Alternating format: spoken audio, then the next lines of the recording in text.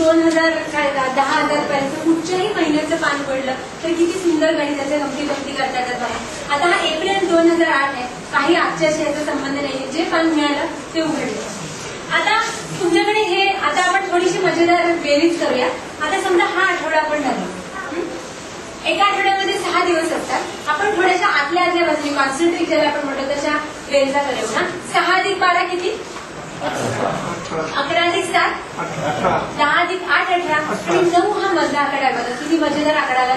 2 आकड्यांची बेरीज जेव्हा 18 असते तेव्हा 9ला आपण त्याची सरासरी म्हणतो. तर आपल्याला ह्या लाईनीची सरासरी 9 वगैरे कळेल. आता दुसरा आपण आठवडा बघून घ्या उदाहरणासाठी की तेच गणित सगळीकडे चालतं की नाही. 19 आणि 13 32, 18 आणि 14 32, 17 आणि 15 32 आणि 16 ही त्याची सरासरी. आता आपल्याकडे 2 गोष्टी असतात. एक तर आपल्याकडे माहिती असते आणि त्या माहितीचा उपयोग कसा करायचा ही त्याची दुसरी गोष्ट असते. आता ह्या माहितीचा उपयोग आपल्याला कसा करायचा. समजा जर आपण ठरवलं की ह्या 7 आकड्यांची आपल्याला बेरीज करायची तर ह्या लाईनीची तर अगदी सोपी जाईल. 6, 12 आणि 13, 13 आणि 8 वगैरे असं करत करत आपण करू शकतो. पण ह्या लाईनीनंतर जरा जड जाईल की नाही करायचं. पण आता आपल्याला तोंडी बेरजा करायची गरज नाही. अगदी प्रत्येक गोष्टीचं हे अगदी महत्वाचं तत्व श्रीनिवासन सरांनी हे सांगितलं ना की गणित आलं की लगेच सोडवायला नाही लागायचं. 1 मिनिट थांबून बघा की आपल्याला काही पॅटर्न दिसतोय का. तर ह्याच्यामध्ये काय पॅटर्न आपल्याला आता कळलाय की 9 ह्या सरासरीचे 7 आकडे इकडे. ह्या माहितीच्या आधाराने आपल्याला बेरीज सोपी करता येते याची. बस बरं 9 गुणिले 7 यांची बेरीज आहे. पण 9 या सरासरीचे 7 आकडे इकडे. तसंच ह्याची कशी होईल 16 गुणिले 7. ह्याची होईल 23 गुणिले 7. आता आडव्या आकड्यांमध्ये ही मजा चालते. उभ्या आकड्यांमध्ये चालते का बघूया. 29 आणि 1 30, 8 आणि 22 30, 15 त्यांची सरासरी.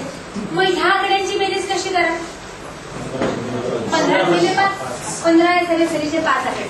कधी कधी काय होतं आपल्याला सम नंबरचे आकडे असतात. म्हणजे इकडे 4 आहेत बघा. आता काय म्हणतात ते 26 आणि 5 31, 22, 12 आणि 19 31. म्हणजे आपल्याला जेव्हा सम आकडे असतात तेव्हा मधल्या सरासरीचा आकडा मिळत नाही पण जोड्या जरूर मिळतात.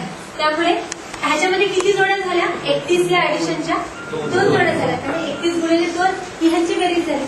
आता आपल्याला आपण असं दीर्घ बघूया. दीर्घ 25 आणि 1 26, 17 आणि 9 26. आता असं दीर्घ बघूया. 27 आणि 3 30, 21 आणि 9 30, 15 त्यांची सरासरी. आता आपण सगळ्या लाईनी बघितल्या आडव्या उभ्या तिरक्या. आता स्क्वेअर बघूया. चौरस आहे. 9 आणि 1 10, 8 आणि 2 10. तर आपण क्रॉस ऍडिशन केली तर असं आयत बघितलं तर 10 आणि 1 11, 9 आणि 2 11, 8 आणि 3 11. त्यामुळे 11च्या 3 जोड्या झाल्या. म्हणजे 11 गुणिले 3 ती या सगळ्या आकड्यांची बेरीज आहे. पण म्हटलं तर आपण असं ना की 1 अधिक 8 अधिक 15 अधिक 22 अधिक 29 करा तर आपल्याला वाटेल हे काय ऍडिशन सांगितलं. पण जर नीट बघितलं तर कळतं की नाही आपल्याला की असं या ऍडिशनची किती गंमत आहे. आता हे का बरं आपल्याला करायचं तर हा पण एक त्यातला भाग आहे. त्याच्यात एक मस्त मजा बघायचं ना.